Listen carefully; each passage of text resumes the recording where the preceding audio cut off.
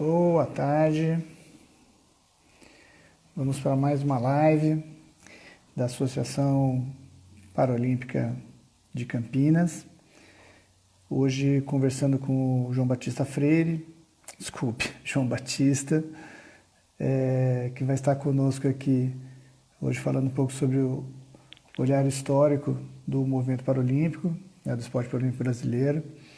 E uma conversa que eu tenho certeza que será instigante e interessante para a gente poder reviver fatos históricos, momentos aí de grande importância do movimento paralímpico.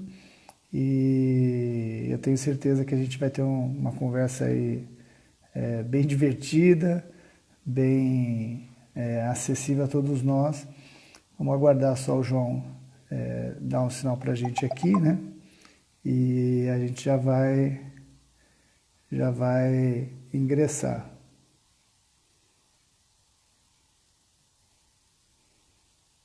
O João já está aqui conosco.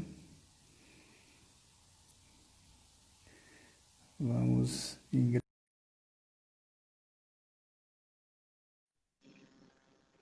E aí? Oi, João, tudo bom? Tudo bem, Luiz? Tudo jóia. Eu já comecei aqui fazendo uma apresentação, já cometendo a primeira gafe aqui. Eu, na empolgação, falhando falei assim, não, a gente vai conversar hoje com o João Batista Freire. Tá me ouvindo? Melhorou. Estou te ouvindo.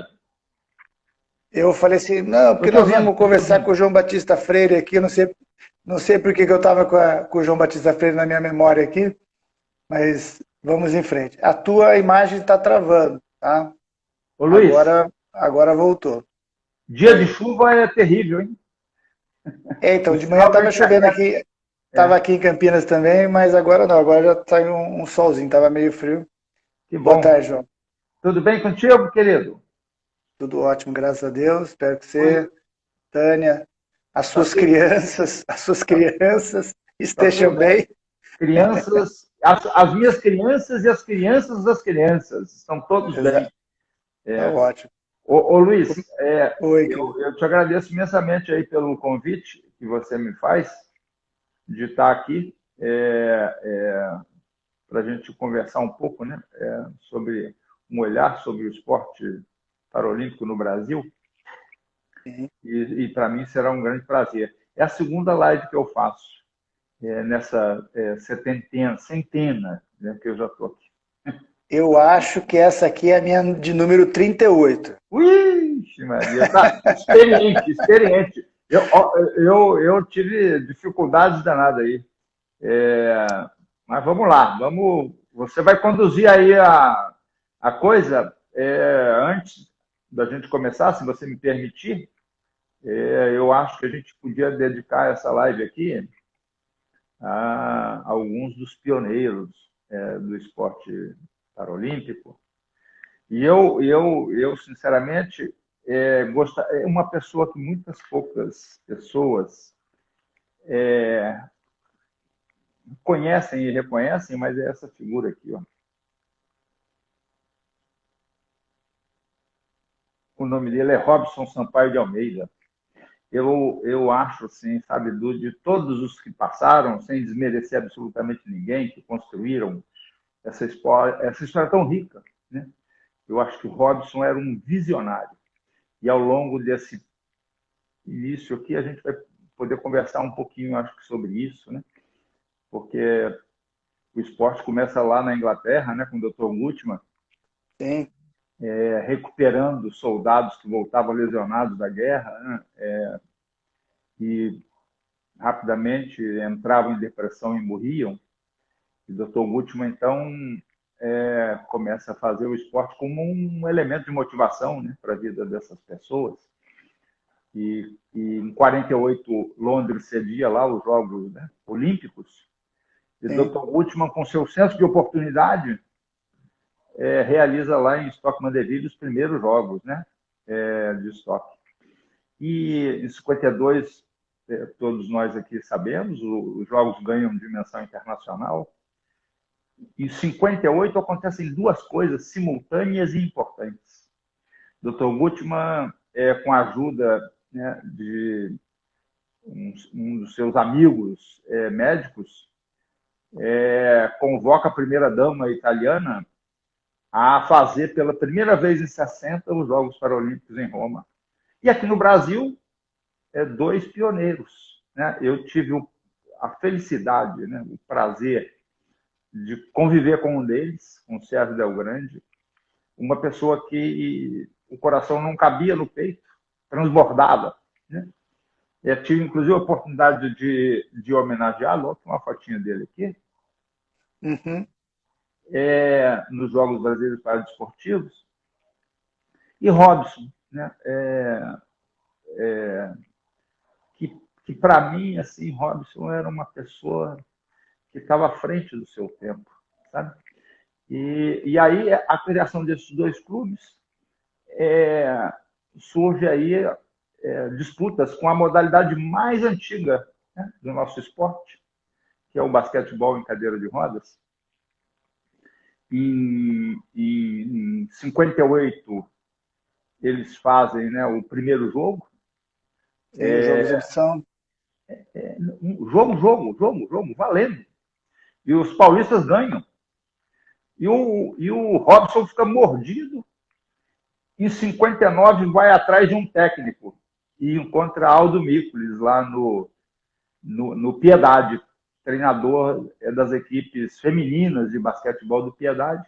Convida o Aldo, né,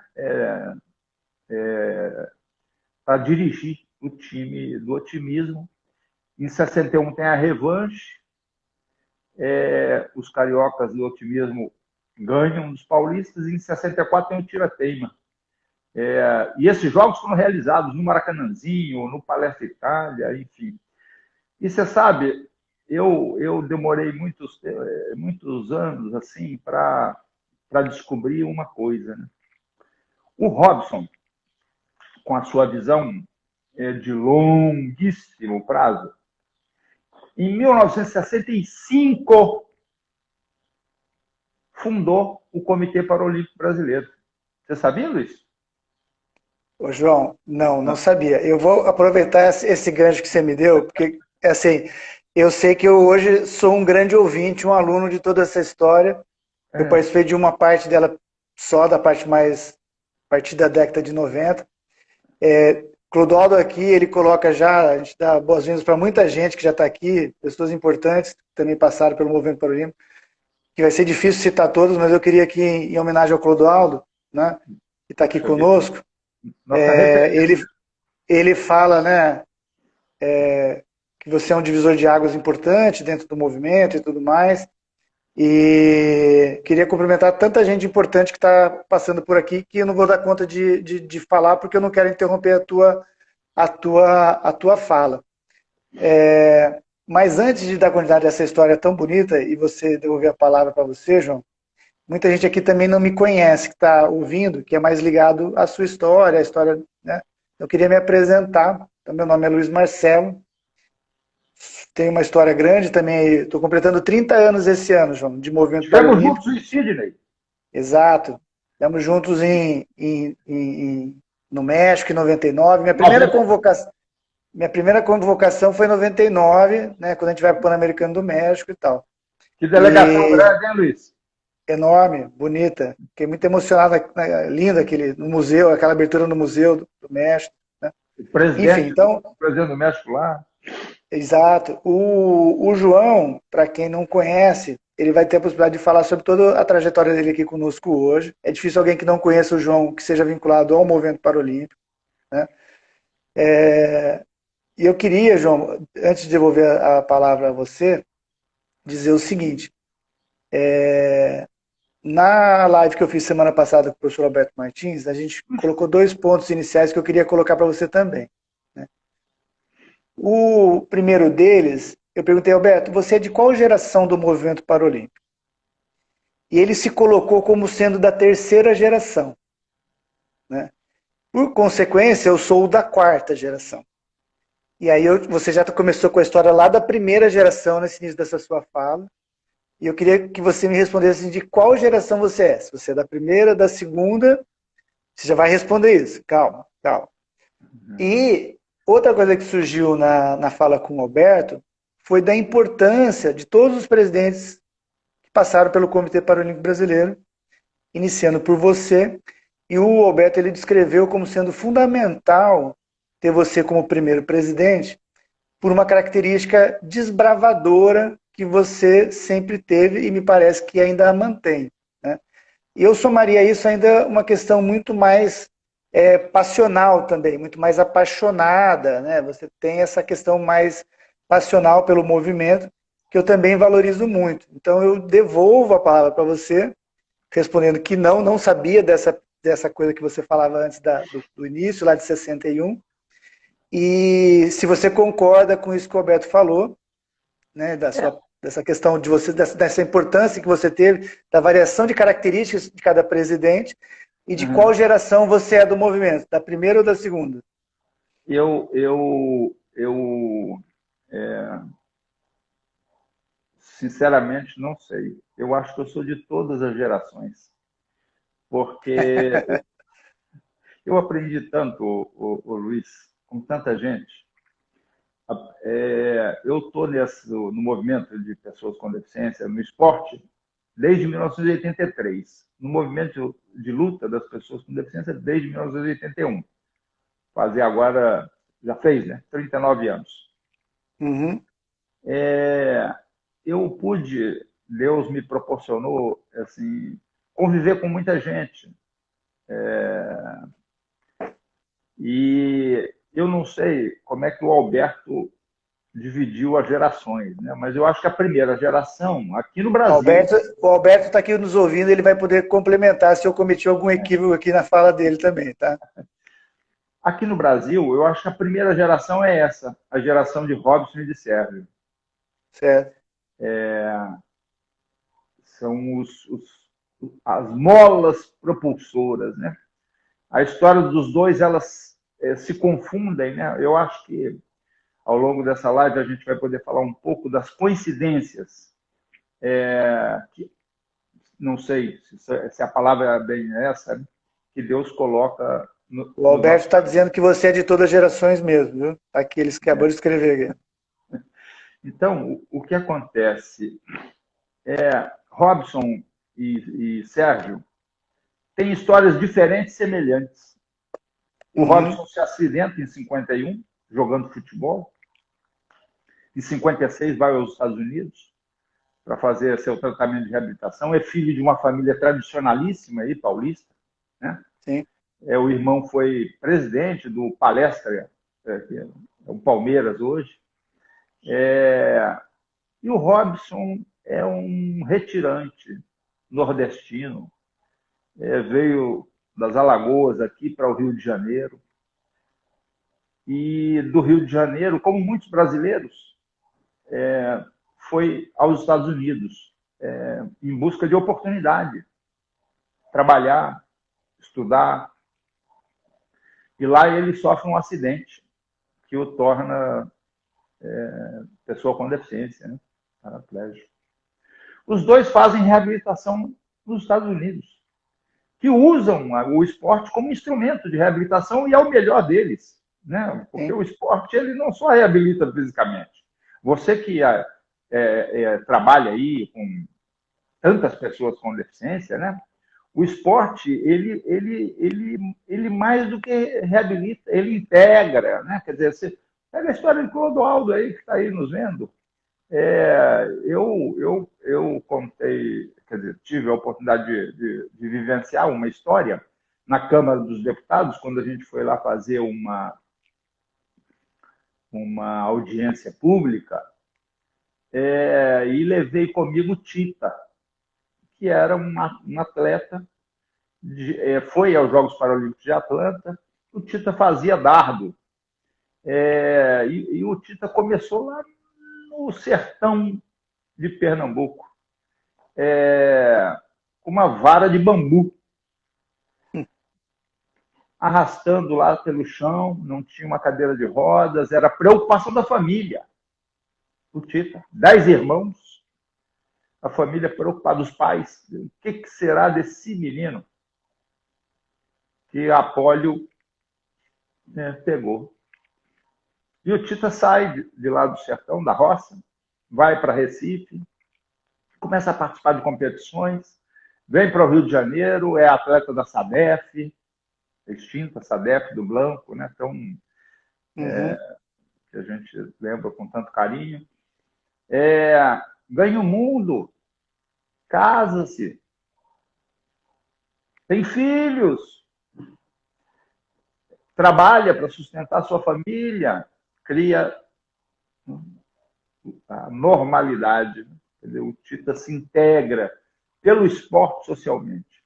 E lá nessa audiência da Câmara, disse o Tita lá para os deputados e para todos que nos ouviam: meus irmãos estão na roça, não saíram de lá. Quer dizer, eu era a expectativa negativa, ganhei o mundo. Pela deficiência. Pela deficiência. Os irmãos ficaram lá. Então, o esporte é transformador, é apaixonante, né? O esporte é uma coisa assim tão pulsante, né? Hoje nós temos atletas aí, né? Quando o Aldo começa a nadar conosco em 98 e foi conosco para o México em 99. Sim, foi. Você acompanhou. E eu perseguia um ídolo, né?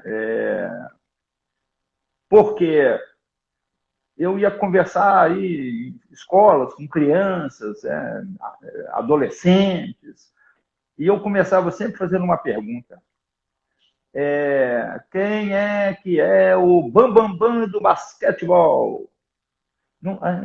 Não restava dúvida. A resposta, as crianças todas, assim, em unissono, diziam: é Oscar.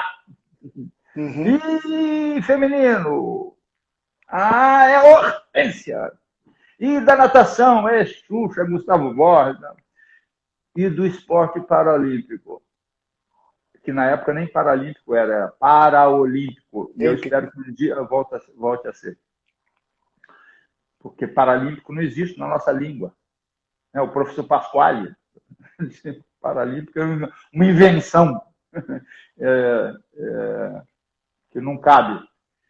E as crianças diziam: paralímpico?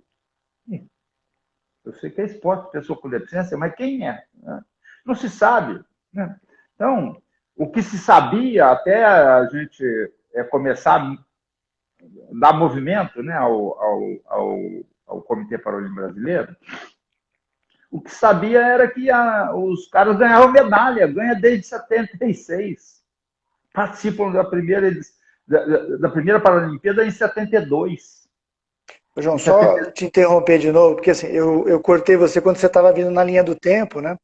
Falando de 61 e tal, aí eu te interrompi, você já deu um salto lá para o Clodoaldo de novo como primeiro. É porque eu sou ansioso.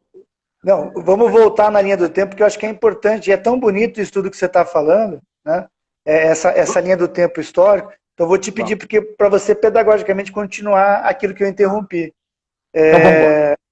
Então, só antes, ó, o Alberto coloca aqui, ó, eu estou me perdendo aqui com a história aqui. Já foi definido que vai voltar a ser paralímpico, João. Definição da diretoria do CPB. Essa é uma informação importante, que para a gente que sempre falou paralímpico, é uma grata satisfação. Ô Luiz, essa questão, antes da gente voltar lá na linha do tempo, ela é importante não somente para o esporte, ela é importante para as pessoas com deficiência, para o movimento das pessoas com deficiência. Eu, quando cheguei, era, sei lá, aleijado. Depois, esse aleijado é muito depreciativo, né? Um negócio tão ruim. Depois, pessoa portadora de deficiência. Mas como pessoa portadora de deficiência? Não pode pessoa portadora de deficiência. Então, vamos ser pessoa com deficiência. Aí surge, na área escolar, essa questão aí da necessidade especial, né? O cara com necessidade especial. E antes lá era excepcionais. A ANDE, por exemplo, que é a primeira entidade, usava o termo excepcionais, Associação Nacional de Desporto para Excepcionais. E são mesmo. excepcionais. No outro sentido. No outro sentido. Mas, enfim, então eu acho que essas confusões todas, elas acabam misturando a cabeça das pessoas que não sabem nem como chamar e nem como conduzir. Né? E eu fico feliz, porque eu posso manter o nome da associação aqui, Associação Paralímpica de Campinas. Pois é. Então, vamos voltar para a linha do tempo. Aí, em 64, o terceiro jogo é o tira-teima. Né? E o Aldo, como disse, convida Aldo Miklos, lá em 59, para dirigir o time, porque não queria perder mais, né? E efetivamente ganhou aí dos paulistas, mas o esporte se desenvolveu, ao mesmo tempo que se desenvolvia, primeira cisão, porque também a gente gosta muito de brigar. Isso também é um traço do esporte para a pessoa com deficiência. Tinha boas brigas. É aguerrido, entendeu? Então, faz com que tenha brigas. E tem a primeira cisão aqui, no Clube do Otimismo. Saem lá muitos atletas do Clube do Otimismo e vão fundar o Clube dos Paraplégicos do Rio de Janeiro. Aldo vai junto com eles. Né? Numa época em que esses clubes, né, tanto Otimismo quanto o Paraplégico, saíam numa Kombi, vendendo bala, né, os meninos vendendo bala para se sustentar, fazendo apresentação em praça. Né? Aldo era uma figura também, né? E Aldo deu nome, né, a um projeto chamado São Tomé. Projeto São Tomé. Você tem que ver para crer. Então, vem. Ô, João, e é muito oportuno também a gente falar dessa linha do tempo, dos clubes, da criação dos clubes, que a gente vai, em determinado momento aqui da nossa conversa, resgatar a importância dos clubes aí nesse momento atual, né? Então, acho que é interessante também resgatar, dizer desde quando que a gente tem clubes organizados, fazendo o trabalho de formação, né? Desde 58. Por isso que eu pedi para a gente voltar na linha do tempo, para a gente registrar isso bem. 58, 64, cria o Clube do Paraplégico, cria lá o ADM Pernambuco, cria a ARPA lá no Rio Grande do Sul. E vai, cara. E aí nasce pelo Brasil inteiro, vai se disseminando. 79, cria-se o clã BBR. O falecido Zé Carlos acabou de morrer, né, faz 15 dias. Um dos fundadores, né, tenista, introduziu o tênis em cadeira de rodas aqui no Brasil, cria com o Celso Lima lá e os pacientes da BBR o clã, porque eles queriam jogar basquete, tinha uma quadra lá na frente deles, mas os caras da reabilitação não deixavam, e eles criam o clã. E aí coincide com a preparação do Ano Internacional da Pessoa com Deficiência, 1981. Sim.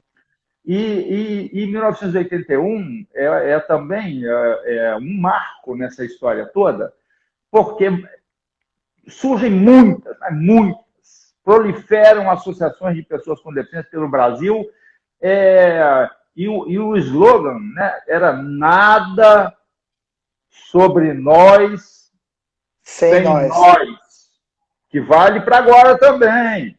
Como sempre. Nada sobre nós sem nós.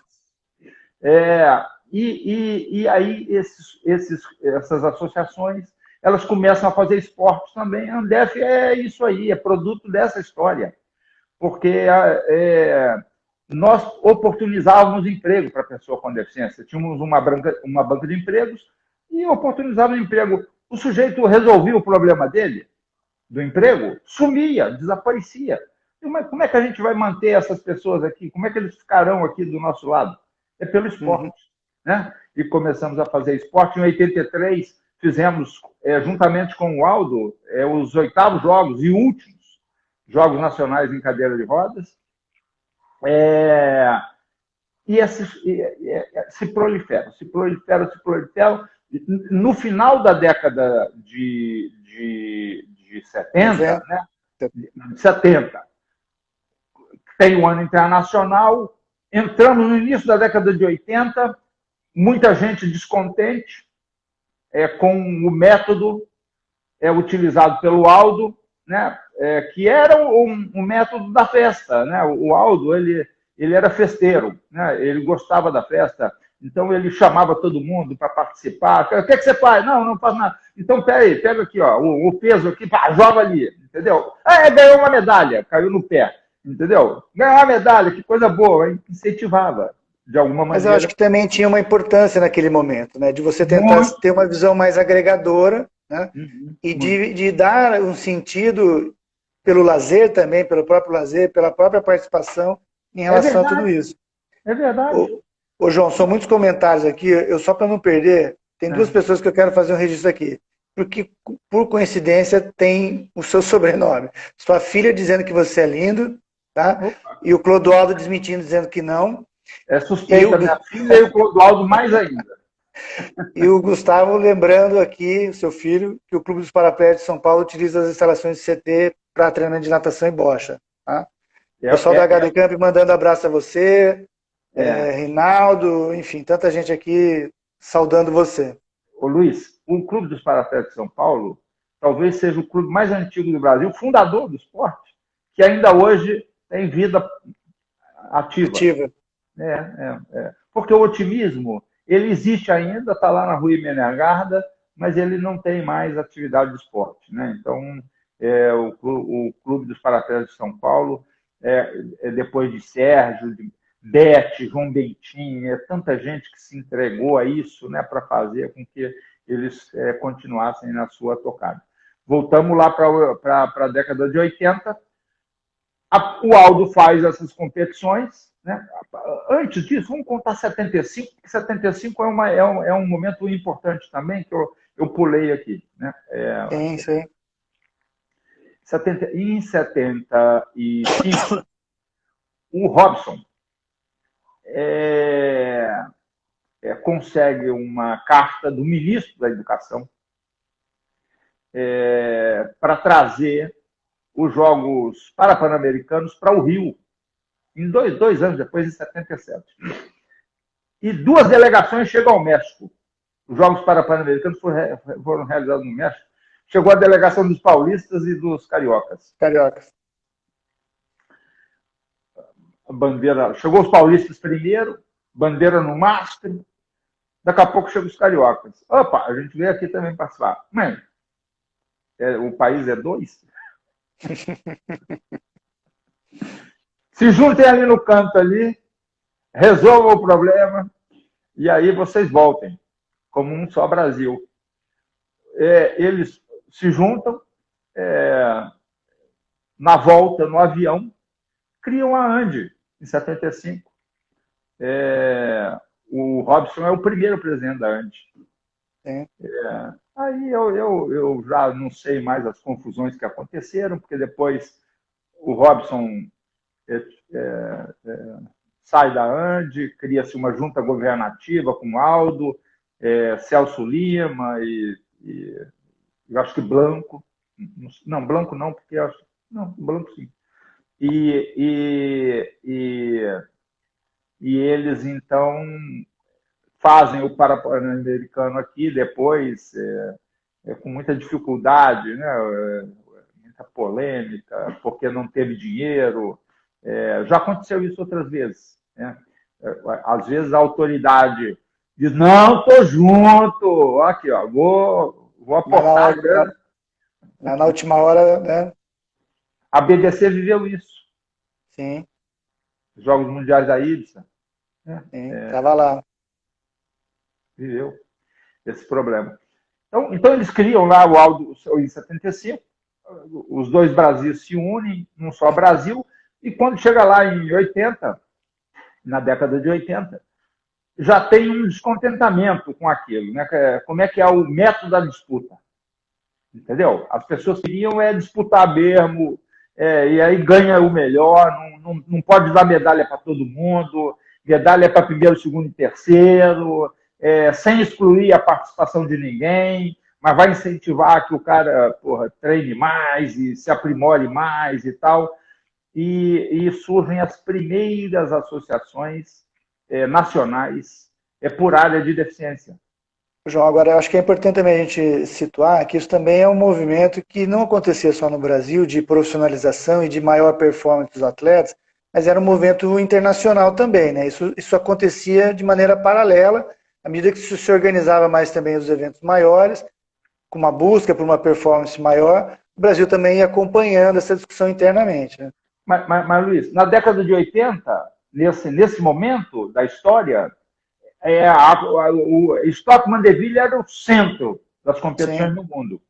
O esporte em cadeira de rodas dominava o pedaço. Né? Quer dizer, aqui é que nem o gatinho, entendeu? Ele era o Marcou dono da bola e o dono da rede. dono da bola, dono da rede, dono da cadeira, dono de tudo. E era aquilo que a gente faz. Cego não fazia esporte. Só Sim. começa a fazer a partir daí, a partir de 83. Então, aí surgem as primeiras associações. O CND, eu vim descobrir, posso pular um pouco? Por favor, a palavra é sua. Nós somos todos ouvintes. Eu vou pular um pouco. O reconhecimento do desporto paralímpico pela legislação do Brasil aconteceu na minha gestão no Comitê Paralímpico Brasileiro, em 1978, com a sanção da Lei Pelé. 78, não. Não, 78, 98, perdão. 98, 98. Depois eu vou contar a história do Pelé aqui, porque não tem coisa assim melhor do que encontrar o Pelé na vida.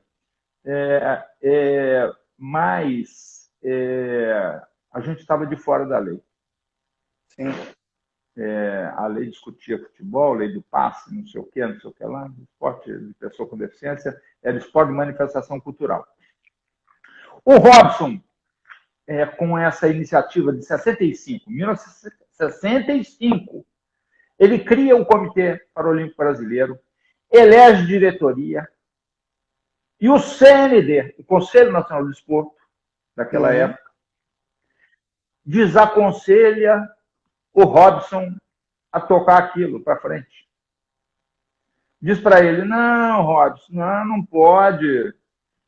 2 comitês no Brasil? Não pode. A Carta Olímpica não permite. Esse foi o argumento utilizado a vida inteira para sufocar o movimento paralímpico.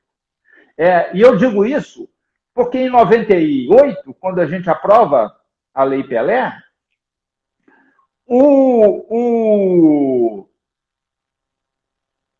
tem uma polêmica, a Folha de São Paulo quer fazer uma matéria, e o Pelé, com toda a sua simplicidade e humildade, disse o seguinte: puxa vida, eles não estão na lei, precisaram apresentar lá as emendas, mas eu também não sei se eles podem estar, não sei se a Carta Olímpica permite. Quem é que dizia isso para o Pelé?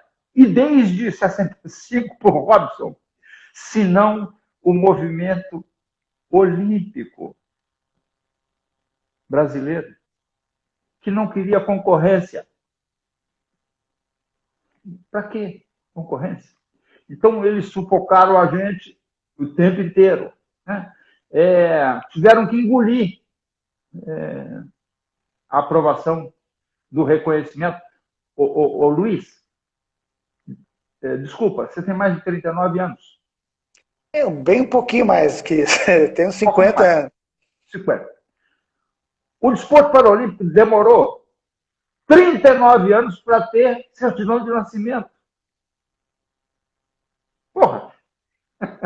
Reconhecimento formal. Então era um negócio muito complicado. Voltei para 80. Cria-se a Bradecar. O CND exige que se crie as associações regionais de desporto em cadeira de rodas, leste, sul, centro-oeste. O Aldo tem uma disputa em 83 na ANDE. E esse movimento, que já era a favor da disputa da medalha de verdade, lança uma chapa. O Zé Carlos, na condição de presidente, Eu sempre fui um aglutinador, né? Eu gostava de aglutinar. Eu discuti muito com ele, digo, porra, para que nós vamos brigar duas chapas? Vamos juntar todo mundo, porra, vamos fazer do jeito que a maioria deseja, entendeu? Não houve possibilidade. Eu tive que tomar um lado, fiquei do lado do Aldo. Só para a gente relembrar, isso em que período do tempo, na linha do tempo? 83. 83. 83 na eleição da ANDI. A gente está falando ainda de antes. Não, Isso. Era a única entidade nacional a dirigir desporto.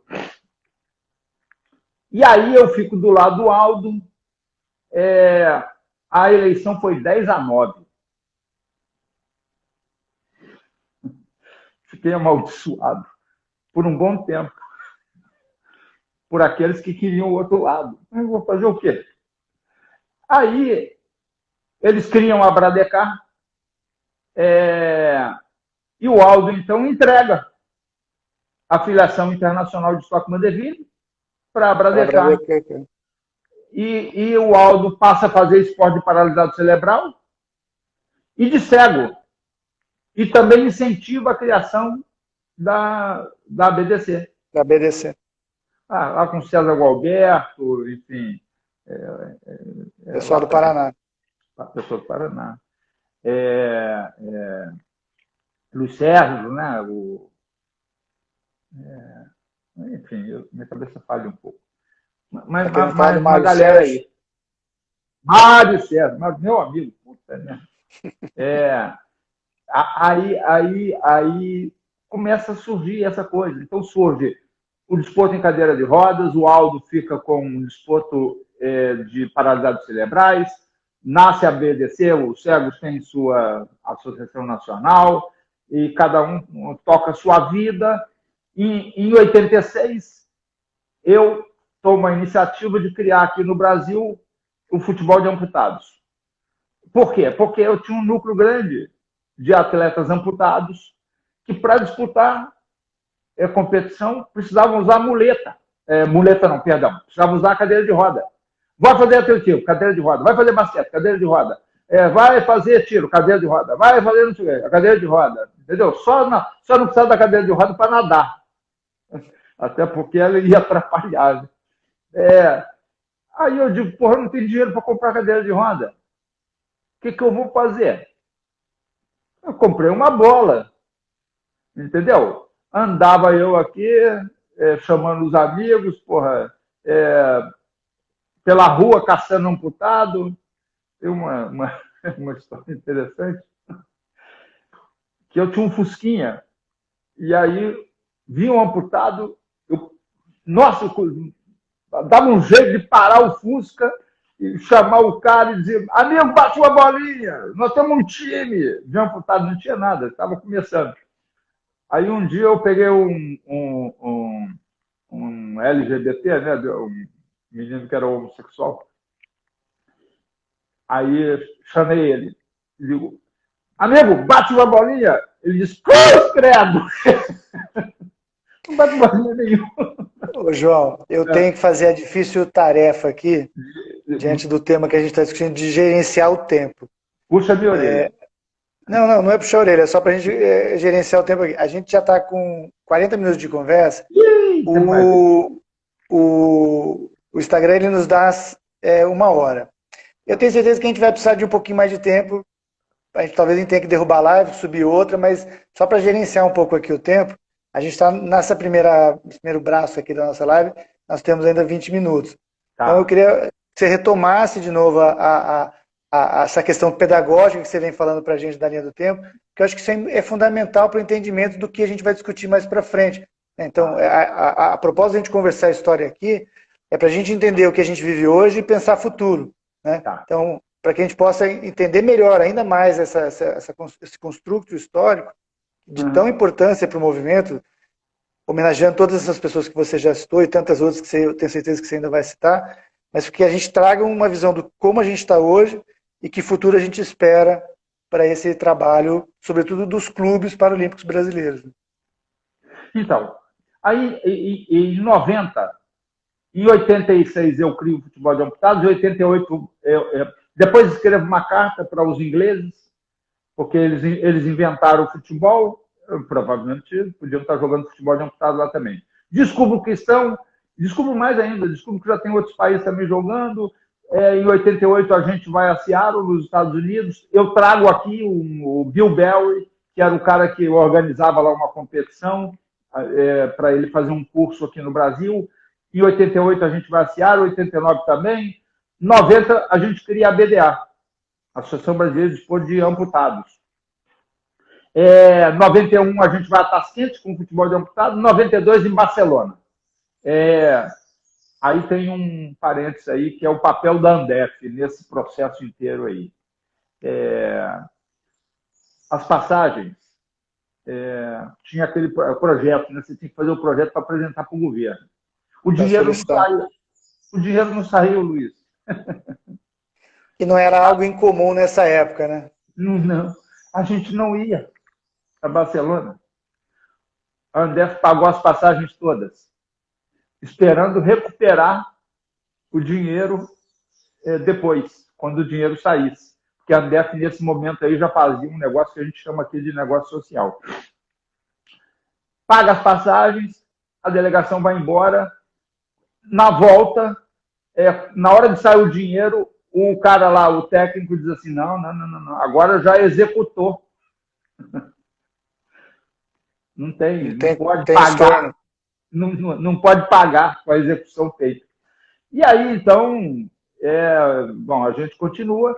Em 95, eu recebo uma ligação.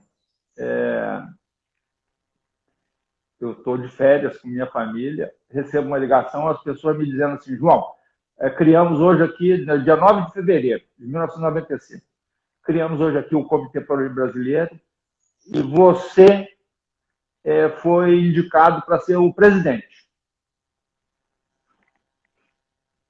Nem me consultaram, mas tampouco a minha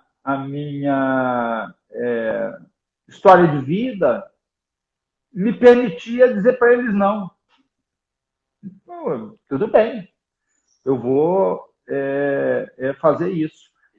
Me chamaram, me deram essa tarefa para dar vida administrativa e levar a delegação a Atlanta, em 96. Então, eu tive um mandato de 2 anos. Mandato tampão. Mandato tampão. Botei o Comitê Paralímpico Brasileiro dentro da sede da Andef. A Andef emprestava o dinheiro, adiantava dinheiro, fazia essas coisas todas.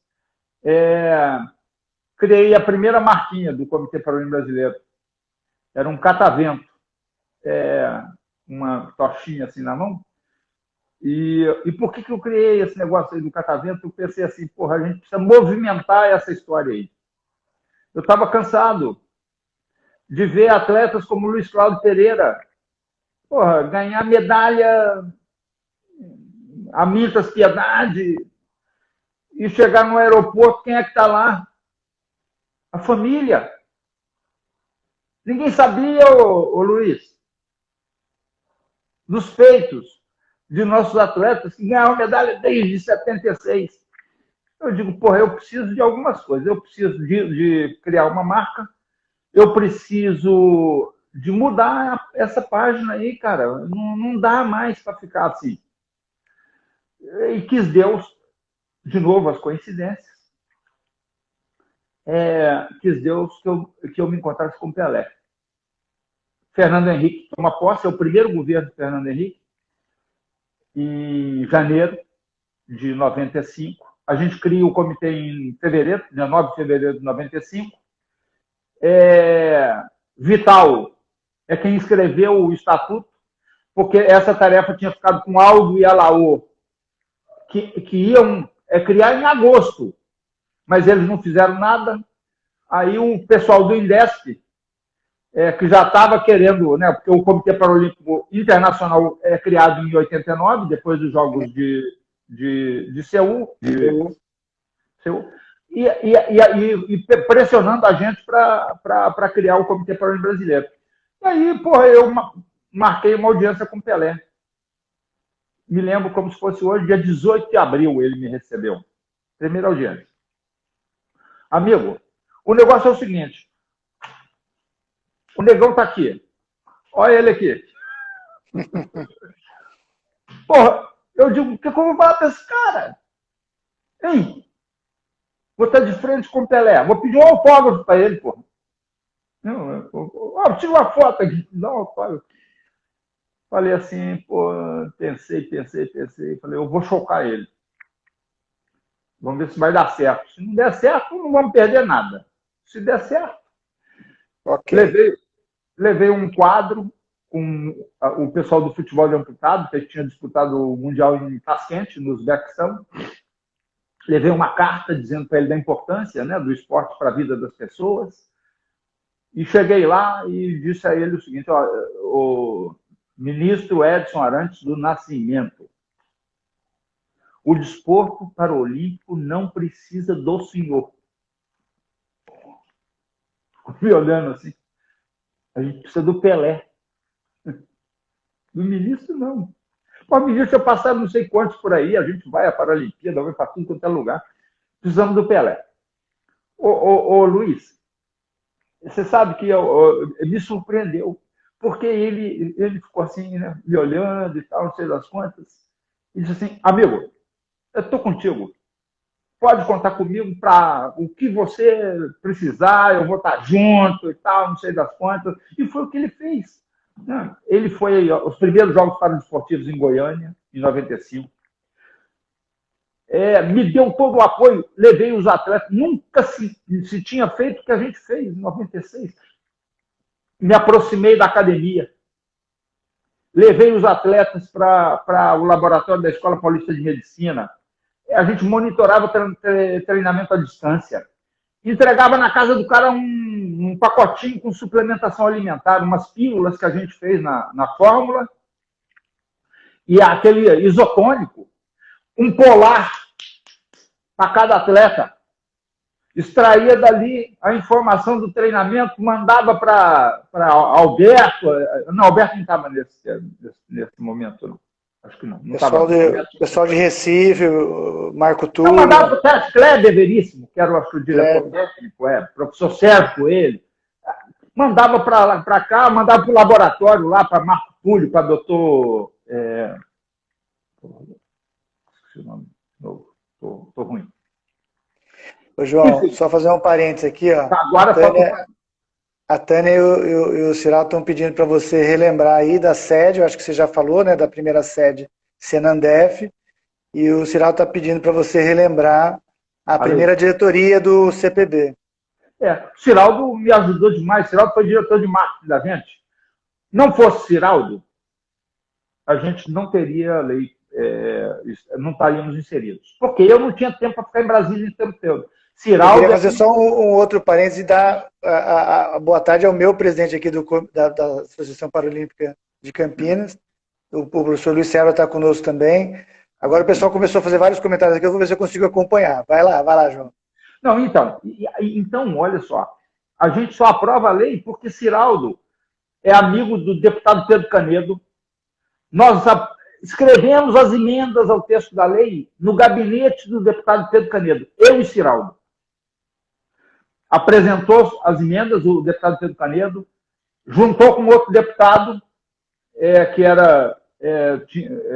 coordenava a bancada com mais de 100 deputados, e nós éramos um consenso. As pessoas queriam, vocês têm que entrar nesse negócio aí, apesar das resistências todas que a gente sofreu.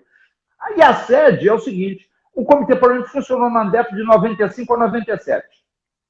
Você, Luiz, ligava para lá querendo falar com o Comitê Paralímpico. A menina que atendia o telefone falava, Andef, bom dia. O cara falava, pô, errei. Entendeu? Que comitê? Eu quero falar no Comitê Paralímpico. Não, mas funciona aqui, peraí. Um minutinho. Em 97, a Andef alugou uma casinha verde e amarela na rua Joaquim Távora.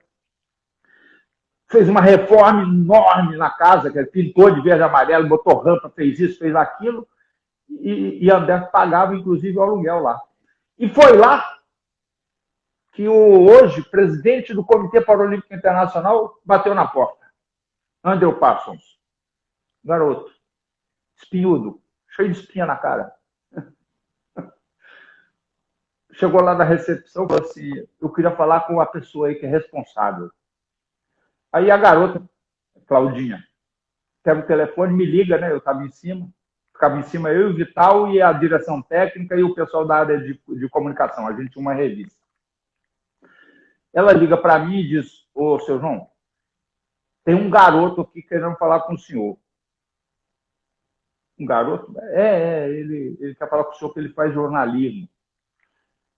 Eu podia ter mandado ele voltar no dia seguinte, ô Luiz. Fala para ele na hora. Talvez ele não voltasse, né? Manda ele passar outro dia. Hein? Aí falei assim, eu recebi muitas oportunidades na vida. Falei, manda ele subir. Deixei de lado lá meus afazeres. Aparece na minha frente aquele garoto branquelinho. Eu queria uma oportunidade, porque eu estou fazendo jornalismo aqui na UF, queria estagiar aqui e tal, não sei o quê. Eu falei, ô menino, eu tenho 150 mangos para te dar. Se você quiser, vem amanhã. Voltou no dia seguinte, foi presidente do Comitê Paralímpico Brasileiro. Depois ele sumiu, antes do México. Ele nem foi ao México com a gente. Né? Ele foi a Birmingham, ele foi a várias competições, mas aí ele resolveu ir ao mercado financeiro, não sei. Aí o Vital se elege, traz o Andrews de volta. O Andrews de volta. Aí ele é secretário do Comitê Paralímpico Brasileiro, vira presidente do Comitê Paralímpico das Américas, vira presidente do Comitê Paralímpico Brasileiro, eu ando meio pau da vida com ele. Porque ele faz parte do comitê que analisa uns projetos aí de um tal de Comitê Brasileiro de Clube. E diz que nós vamos falar na volta da segunda live, quando a gente derrubar essa. E voltar para outra, nós vamos trazer essa temática. Mas, de qualquer maneira, eu acho que é importante, João, você fazer esse marco histórico da chegada do Andrew, apesar do Andrew sempre falar muito nas palestras dele, do trajeto que ele fez até chegar a presidente do Comitê Paralímpico Internacional, mas é o que você falou, né? Assim, as oportunidades elas surgem para as pessoas e às vezes o dinheiro, naquele momento talvez seja insuficiente, por trás dessa falta de recursos tem uma oportunidade que se faz de trabalho e da qual eu já queria aproveitar aqui também, João, eu tenho tido por conta das lives a oportunidade de fazer agradecimento a várias pessoas. Como eu te falei, eu estou comemorando em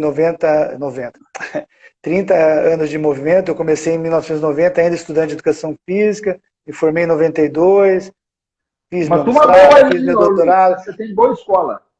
Não, tenho ótimos professores. Avião, mas também...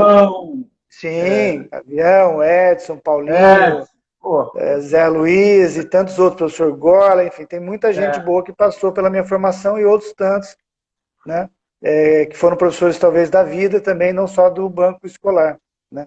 Então eu queria te agradecer também, porque eu assumo a coordenação nacional da BDC em meados de 97 para 98, começo a conduzir os trabalhos, né, no desenvolvimento dos cegos em âmbito nacional na época pelo Vital me dando essa chance também, né? Em Paulinho, fizemos aquele mundial aí, né? Sim. 97.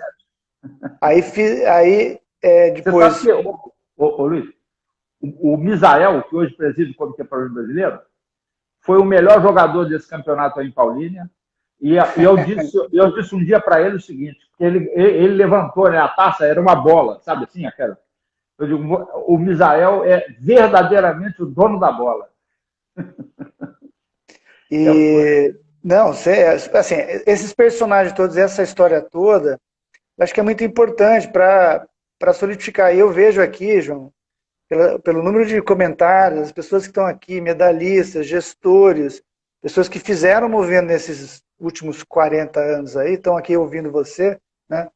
Você contando uma parte da história. Então isso mostra o respeito que você tem dentro do movimento, e eu queria expressar publicamente o meu agradecimento a você também, que me trouxe né, e me deu a chance de estar em Sydney, ganhando aquela medalha tão importante para o Brasil, que era a única medalha de A ouro que a gente primeira, hein? trouxe, a primeira, e que abriu as portas também para o universo da deficiência visual dentro das seleções de natação para cego. Então, te agradeço. Nós vamos chegar a Sydney, porque Vamos. Sydney é um divisor de águas. Né? E nós vamos falar bastante de Sydney, porque Deus estava lá também com a gente, Ó, antes e depois. eu vou fazer o seguinte, como faltam só 2 minutos para a live cair, vou convidar todo mundo que está aqui nos assistindo que continue conosco. Sou obrigado a derrubar. Não tem por que eu não continuar uma live com o João, com a audiência que a gente está tendo aqui. Está sendo excelente. Ô, Luiz, pede essa galera aí para convidar os amigos.